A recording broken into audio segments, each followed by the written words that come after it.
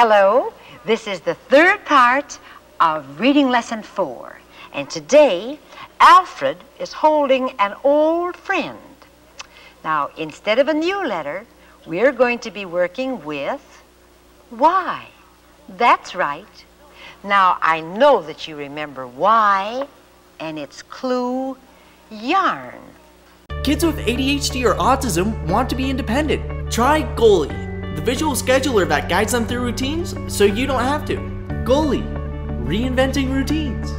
You know, some of the letters of the alphabet have more than one sound, and the sound can be different when the letter is in a different place in a word, or when it's next to different letters.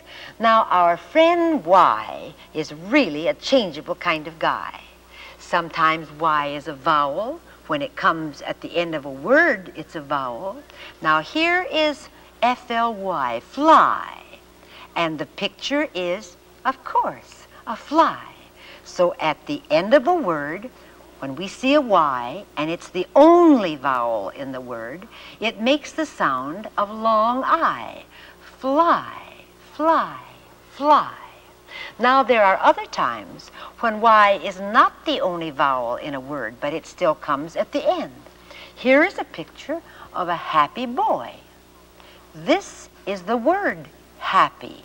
And you see there is a vowel A in the word, but here is Y at the end. Now remember, it's not the only vowel this time, so we hear the sound of E.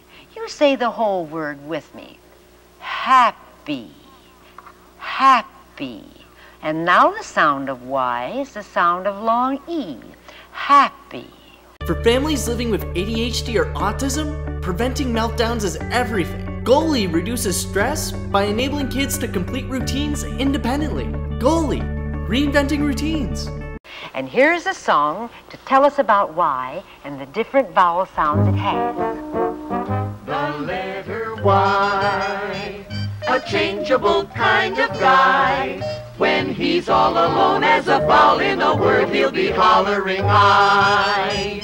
But oh, that Y, a split personality. Sometimes when a vowel is around, then he changes his sound to an E. That's what happens to Y when it comes at the end of a word. It can change its sound and be a long I or a long E. And in just a minute, I'll tell you about your homework.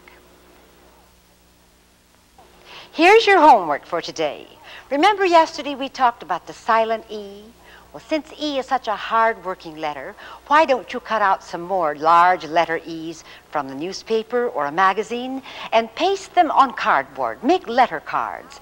And since now we know that Y is going to be used as a vowel, why don't you make some more Y letter cards too? Tomorrow we'll have a funny song to help you learn to read. I'll see you then. Goodbye.